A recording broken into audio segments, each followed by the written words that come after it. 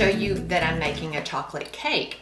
And when you're making anything with deep chocolate, there's a secret ingredient that will really make the chocolate flavor pop out.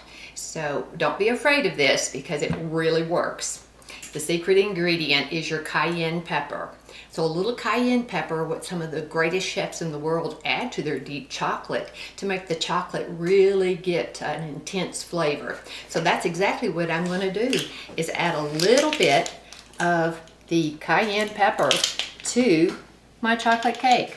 And what I'm doing is adding about 1/8 of a teaspoon.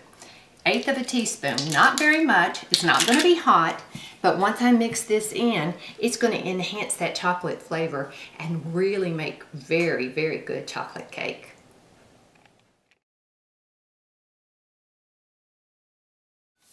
Okay, here's another one of my tips. If you're baking with peaches, if you're making a peach pie, if you're making peach turnovers, fried pies, any of that, you've had some peaches that are better than others. There is a secret ingredient that makes peaches absolutely pop with flavor. And that secret ingredient is almond. I use the pure natural almond flavoring. This is a Watkins right here. I use any of the good brands that are out there on the market. And when I'm mixing up my filling, I'm going to add about 1/2 teaspoon to a teaspoon of almond flavoring. Probably for this size can, I'd do 1/2 teaspoon. That'd be plenty, but if you're doing a big pie, you'd want to do a full teaspoon. Mix that in and it's going to taste peachier than ever. Give it a try.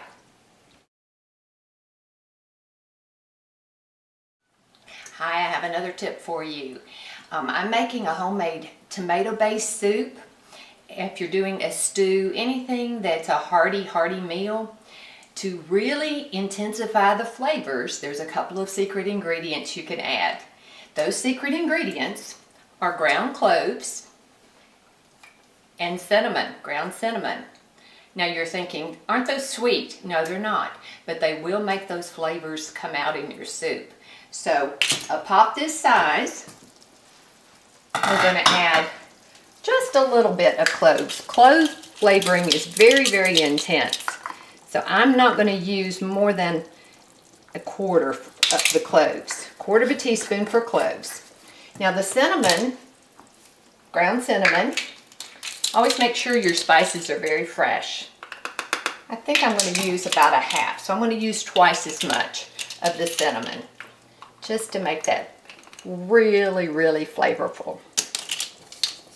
And then I'm going to cook that down. And this is going to be one delicious, delicious soup.